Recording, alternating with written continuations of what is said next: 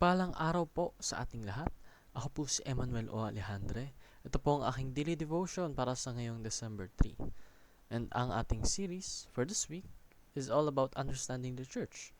So today, we are going to focus how the church is under the headship of Christ.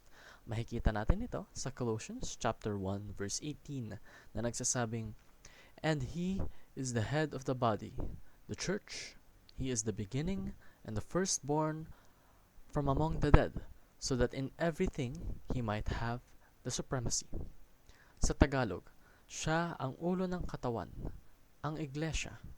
Siya ang pasimula, ang panganay mula sa mga patay, upang siya ay maging pangunahin sa lahat ng mga bagay. So, sino nga ba to, no? This is Jesus Christ. Because Jesus is the head of the new humanity.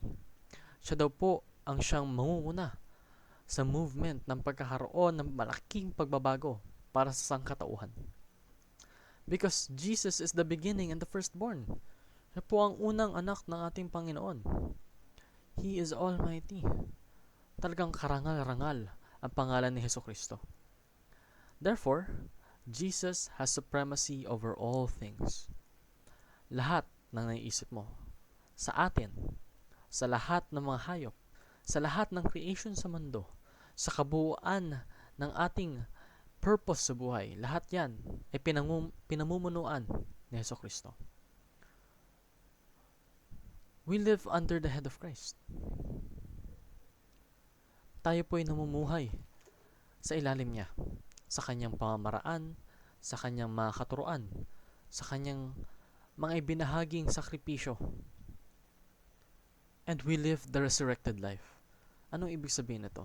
Ito yung buhay na kung saan tinalikuran natin ang ating makasalanang past. Ang ating buhay na kung saan punong-puno ng kasalanan ay wala na.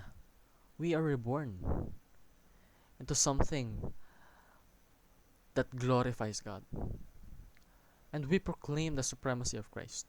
Ang kinin po natin na ang Panginoong Hesukristo ang siyang namumuno, ang siyang natatanging Panginoon. Yun lamang po ang aking daily devotion. Maraming salamat sa pakikinig. Pagpalain po tayong lahat and let us all give glory to God.